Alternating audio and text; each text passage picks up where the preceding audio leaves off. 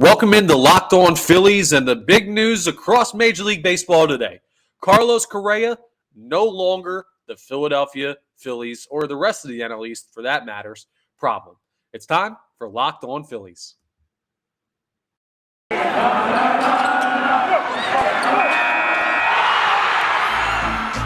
are Locked On Phillies, your daily Philadelphia Phillies podcast. Part of the Locked On Podcast Network, your team every day.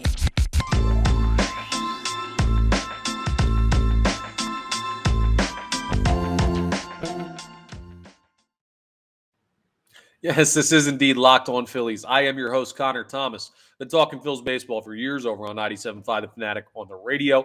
Happy to be here with you as your host of Locked On Phillies. I want to thank you very much for making Locked On Phillies your first listen every day.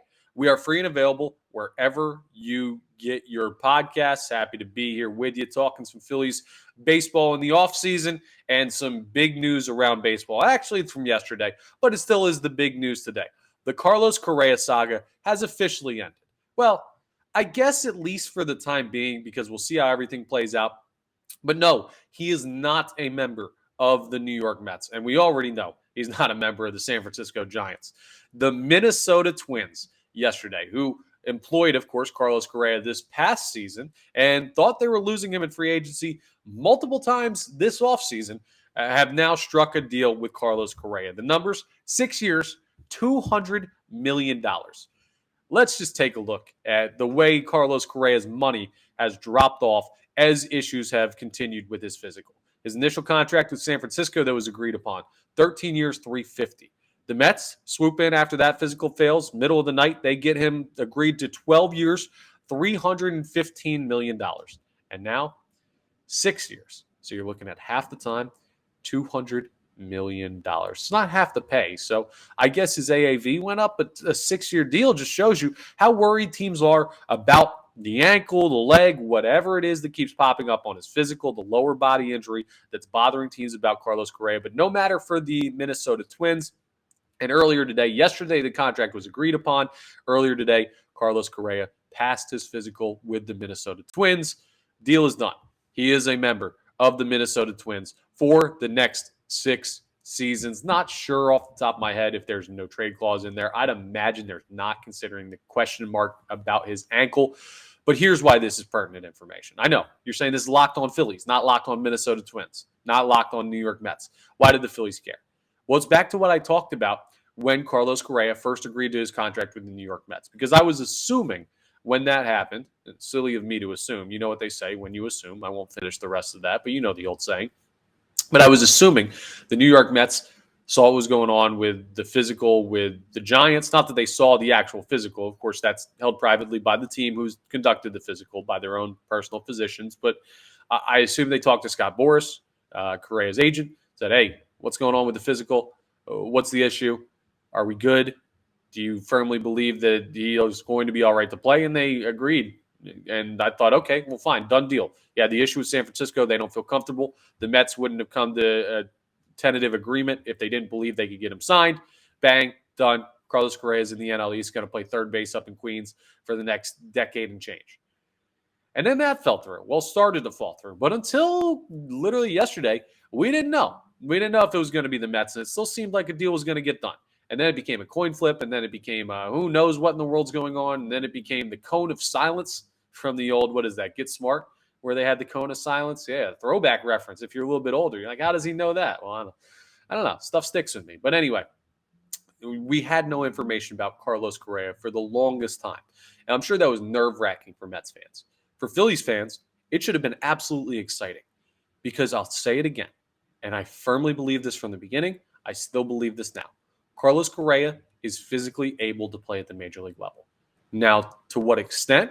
Who knows? How long? Who knows? And I think that was the basis of the issue.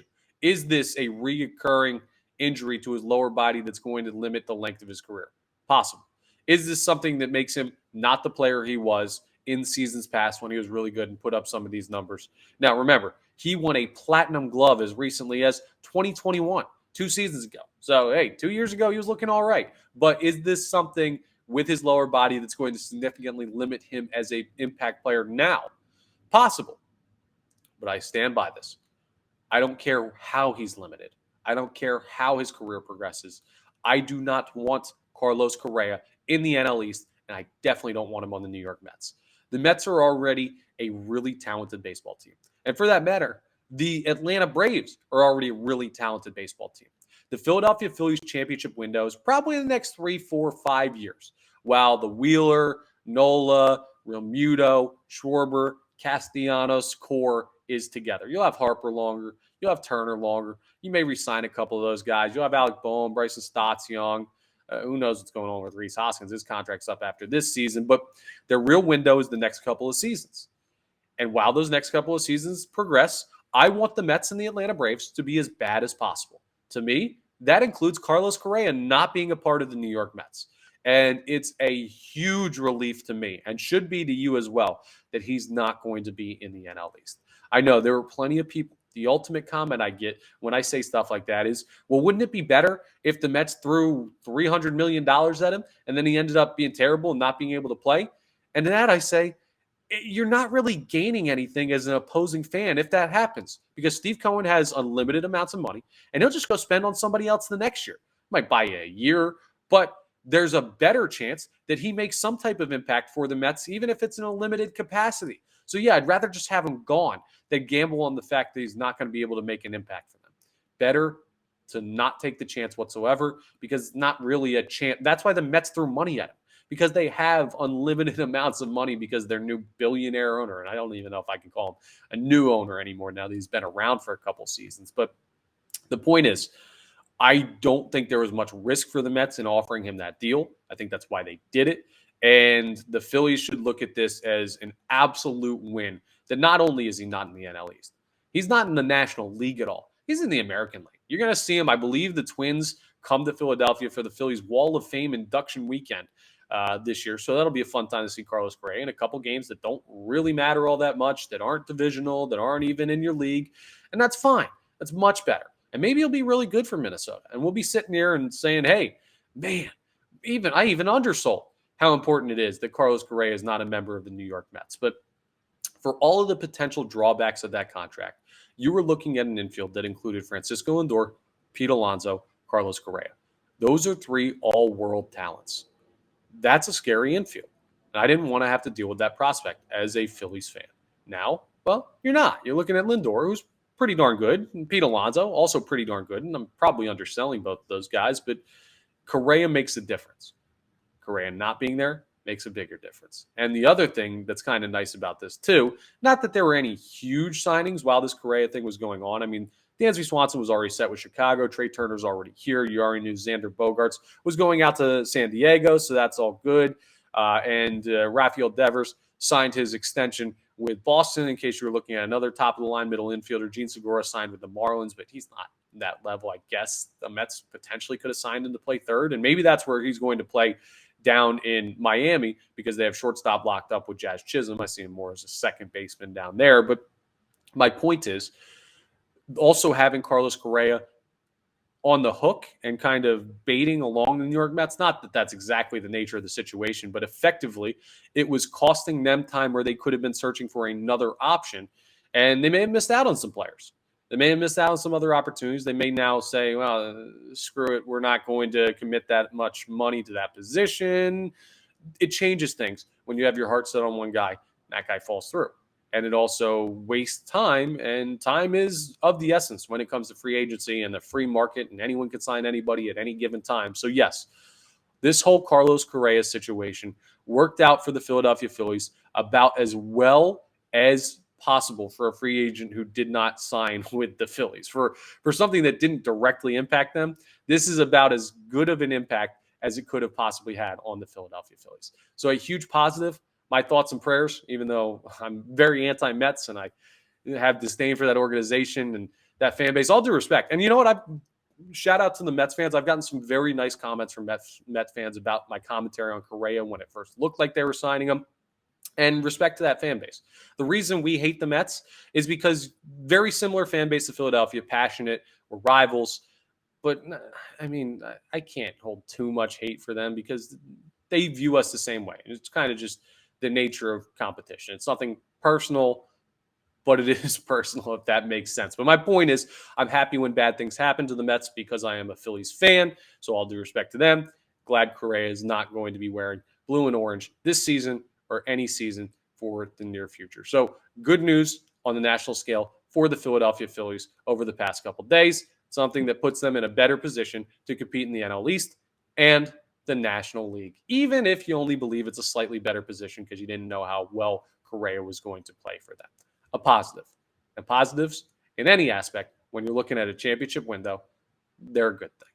Coming up next, we're going to talk about, a direct Philadelphia Phillies move. Not a signing, but another trade. Yes, the Philadelphia Phillies, I guess they're making me look silly for saying that I like the bullpen where it was because they continue to make bullpen moves. And following the Gregory Soto move, they made another one that is a very, very high potential reward, very low risk. We'll discuss coming up next on Locked On Phillies. All right, I want to tell you about some of my best friends over at Bet Online. Bet Online's absolutely awesome. I tell you about them all the time, but let me tell you about them again. Maybe you haven't heard. Maybe this is your first time listening. I got to rant and rave about these guys because they're awesome. BetOnline.net is your number one source for sports betting info, stats, news, analysis, all that good stuff you need to make your money sports gambling. You can get the latest odds and trends for every professional and amateur league out there. You got pro football. You got college bowl season. National championship finished, so of course college basketball season is now rolling, but they probably had some pretty good information on that national championship game that went on Monday. TCU getting absolutely smoked. Wouldn't have surprised you if you checked out Bet Online. Probably wouldn't have surprised you anyway, but they got great information on everything. Basketball, hockey, everything going on in the sports world, they got it over at betonline.net. If you love sports podcasts, you can even find those at BetOnline as well. They're always the fastest and easiest way to get your betting info. So head to the website today or use your mobile device to learn more about the trends in action. BetOnline is indeed where the game starts. Okay, so the Philadelphia Phillies made another trade. They went out and they moved Eric Miller, minor league pitcher, lefty, floor, Yunior Marte. Now, here's the thing. Eric Miller was a promising prospect at points for the Philadelphia Phillies, had some injuries, kind of came to a crossroads in his minor league career with the Philadelphia Phillies as a prospect to the point where it seemed the Phillies deemed too much risk due to his injuries to keep him as a prospect. Not so much that they wanted to release him because clearly they got something for him. They got something good for him, but they got to the point where they're like, hey, if we can move this guy for a proven commodity, someone that could potentially help us in this championship window that I was talking about in the last segment, let's go out. Let's go ahead and do it. And boy, did they. Now, this is not a Gregory Soto move. This is not Craig Kimbrell signing. It's not to that level. This is a guy who is high upside, but not really high production to this point in his major league career. His name is Yunior Marte. Now, Yunior Marte of the San Francisco Giants, that's who the Philadelphia Phillies traded with, bringing up the Giants again. Shout out to them for not signing Correa and also for sending Yunior Marte away. Now, he has one major league season under his belt. Last year was his first year at the majors at a 5.44 ERA. Nothing crazy there, right? What's so special about him? He's a righty. He's not a lefty. He didn't have a great ERA last year. Has a total of a career of, let's go ahead and see, career number of 39 games at the major league level, 48 innings pitched. Not exactly a huge sample size there. He's given up 47 hits in those 48 innings, 22 walks. He's a young, raw guy whose numbers don't really show a bunch of success at the major league level over his first season. Now, it's not a big deal because a lot of guys come up and their first major league season isn't awesome. He's not a young guy, though, and you see that often with major league relievers. Normally, as a starter, you can come up like 23, 24, 25, 26. That's the age you're looking at. Relievers take a little bit longer time because sometimes they're converted starters. Sometimes you don't have the availability for them. So you can see relievers make debuts later. And he made his debut last year at 27 years old. He is now 28 years old. Yunior Marte. Again, that's Junior with a Y. So like Junior with a Y. Marte spelled just like Starling spells his. But anyway, off the name information. Here's where Yunior Marte is really, really interesting. Throws absolute cheddar. Has really, really lively stuff is the way I'd put it from the right side. Good movement. Throws hard. Reminds me a little bit, and this is just cherry picking because he's on the team, but Sir Anthony Dominguez, they don't throw the same style or anything, but as far as the actual stuff, because I look at Seranthony Dominguez, I look at the movement on his pitches, I look at the life behind what he throws. I know Jose Alvarado throws harder. I know Gregory Soto throws harder. They both have really good stuff. But from the right side, Yunior Marte's, I guess, ceiling would be what Seranthony Dominguez was this past year for the Philadelphia Phillies. He has a long way to get there, but he has that type of ability. Maybe at some point in his career, he will progress to that. But for every Seranthony Dominguez, there's 20 guys in the minor leagues that throw as hard, that have as good a movement, that can't control it, they can't develop a secondary pitch, they can't figure out mentally the way to throw out of the pen at the major league level. So it's no guarantee of success. It just means he has good stuff. That's intriguing. The other thing that's intriguing, in his one major league season, which was last year, 2022, he was in the top 3% in baseball in barrel percentage. What does that mean if you're not a advanced stat analytics nerd guy? Well, what that means is barrel percentage basically delineates hard hit balls from soft hit balls, weak contact from hard contact, balls that are smoked, 110 exit velocity in the gap, to balls that are rolled over on Baltimore chopped back to the third baseman. And it doesn't delineate. It saves, like, maybe you'll get an infield single, right, by weak contact. And it'll show up as a hit in the books. But barrel percentage says, hey, you didn't hit it that hard. And over the course of a season, guys didn't hit the ball that hard off of Yunior Marte. Guys really didn't, to an elite level, didn't hit the ball hard off this guy. 3%, the third percentile in Major League Baseball. Top 3%. Top 3%. So like 97% of Major League Baseball pitchers were worse than him in barrel percentage. He induces soft contact. That's a pretty good indicator of success long term. And the Giants weren't a great organization this past year. I talked about it with Gregory Soto and why some of his numbers could be a little bit changed because he's being put in tougher situations. His team wasn't as good as a bullpen guy. Better team, better bullpen situations. You saw that in June of this past year with the Phillies. Sure, the bullpen was great, and they were helping the Phillies win. The offense picked it up a little bit, and they put the bullpen in easier positions to succeed. So it feeds off one another. That's the intriguing stat, though, when it comes to Yunior Marte that a lot of people are putting out there is the barrel percentage, keeping that hard contact minimized. That's something that the Philadelphia Phillies could certainly use at the major league level. Now, is he a guy that will be at the major league level for the team this year? Because you look at the bullpen and you've got Bilotti and Brogdon and Nelson and Strahm and Alvarado and Dominguez and Kimbrel and Soto. And you got a lot of arms that are already proven major league guys. And this guy's got 1 year under his belt. Now, could he take Nick Nelson's spot? Possibly. Nick Nelson's a guy that I've said since you brought in Kimbrel and Soto, probably in the mop-up role. Maybe you want to take a chance with Marte. Maybe Marte's a Lehigh guy for a little bit and he gets choice opportunities in case of an injury. Maybe you carry him and he's a guy that every once in a while you throw out there in like a 6-run game. I don't know to the point that they'll employ Yunior Marte at the major league level. What I know is they gave up a minor league prospect that because of injuries didn't really seem to factor into the Phillies' short-term plans during this championship window. And they got back a guy who has major league pitching experience, who throws hard, who has good stuff, who misses a lot of barrels. That's a guy that's worth taking a gamble on. And the Phillies are gambling on Yunior Marte. So I don't know how much of an impact he will make. What I know is this is another Dave Dombrowski move that makes sense. One of my biggest pet peeves in sports is when a GM or a president of operations for whatever sport, not just baseball, makes a move and you look at that and say, I can't possibly fathom what they see. Dave Dombrowski is very good at making moves that there is a clear reason why he's making them. Sam Fuld the same way. I don't want to take credit away from Sam Fuld, the rest of the front office, because it's a collaborative effort. The guy up top always gets the credit, but it's collaborative. When they make these moves, you see a clear reason why they're making them. This is another one. High reward, low risk. We'll take it. The bullpen, it's even deeper. And as we saw in 2022, the more good arms you have, the better. You're trying to become the Houston Astros? Well, signing guys like Yunior Marte, or trading for guys rather, like Yunior Marte, gets you a slight step closer. And maybe, once we see him at the major league level, it's even closer than we think.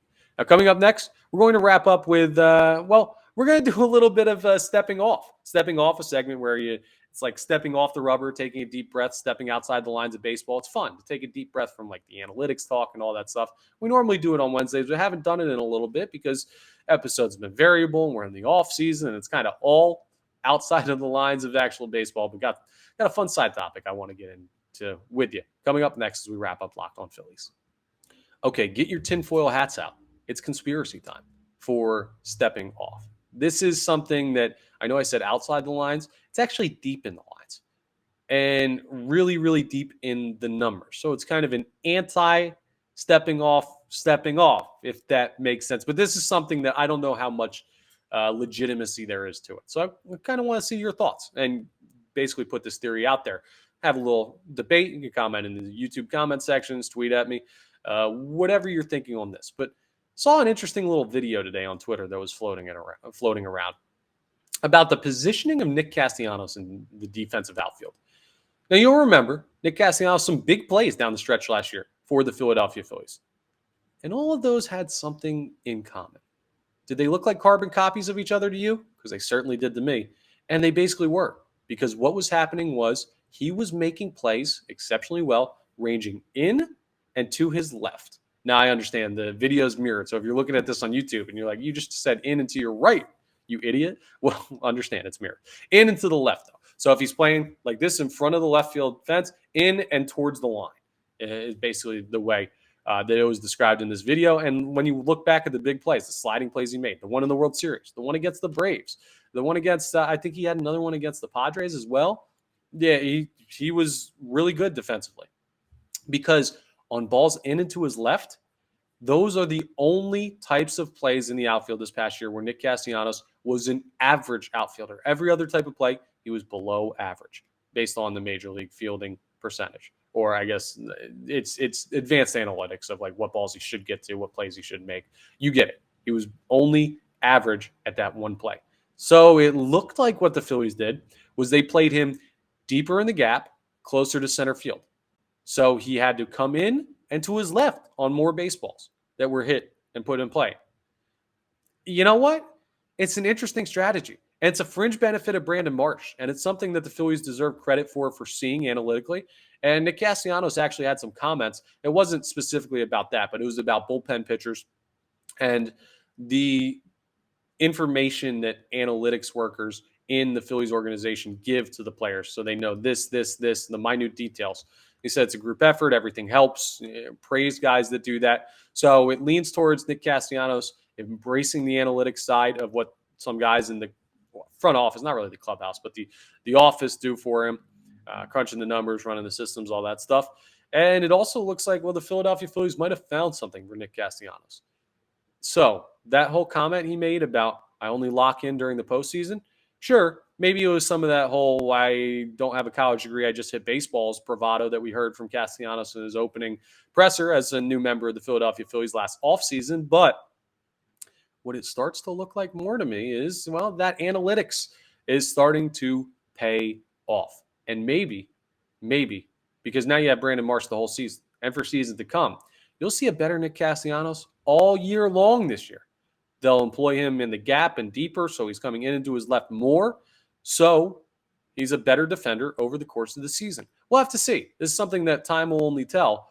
But that lends to a better opportunity defensively for the Philadelphia Phillies than you may think that they had in right field when you just look at Castellanos' season as a whole. Something very interesting there as we dive deep into. I don't like to do the analytics deep dives because normally it's a bunch of numbers and stats that nobody understands. But that one, you can see the concrete evidence of it working, if only for a couple games.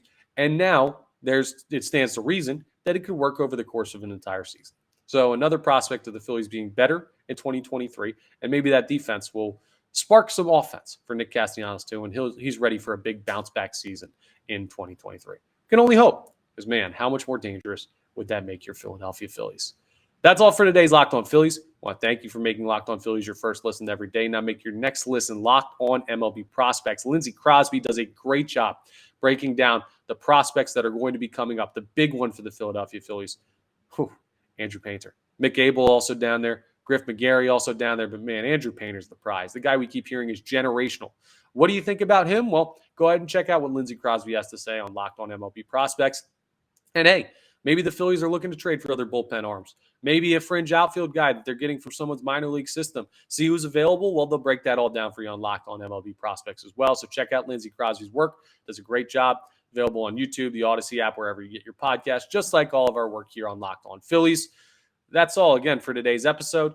Thank you to everyone who's rated, reviewed, getting a bunch of subscribers lately. Keep that train rolling. I really appreciate it. Hit that bell, knock in that subscribe button. Make sure you're getting the latest information on the Phillies whenever I post it. Make sure you're staying locked in on Locked On Phillies. And I will talk to you for our next episode of Locked On Phillies.